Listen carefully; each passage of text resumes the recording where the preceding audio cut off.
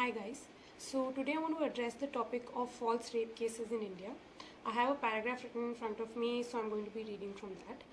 A lot of men's rights activists, also known as MRAs, rally behind the idea of gender neutral laws because of the rising menace of the false rape cases in India, which I completely agree with, and I think it is the need of the hour.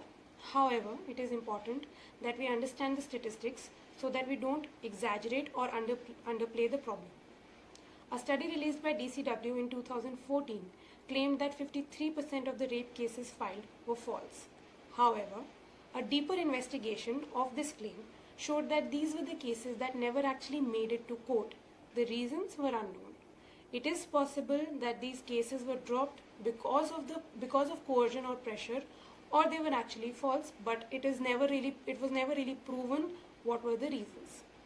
A lot of MRAs and lawyers believe that women file false cases to extort money or to take revenge. This is actually not true.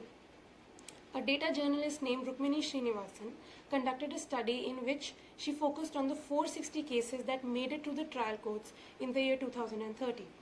What she found was surprisingly different to popular belief. Almost 40% of these cases were filed by parents whose daughters eloped with a man not of their choice. Shockingly, they would rather their daughter be a rape victim than a sexually active adult. Also, most of these cases involved intercaste or interreligion relationships. In about 25% of the cases, the perpetrator was known to the victim.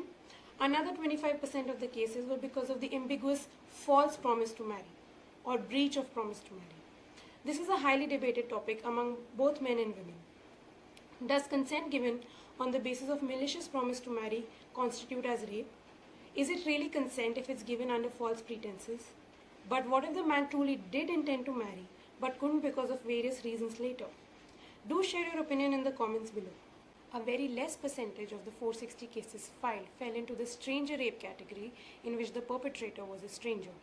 Also, let's not forget that only 6% of the total sexual violence cases in India are actually reported. That is a staggeringly low number.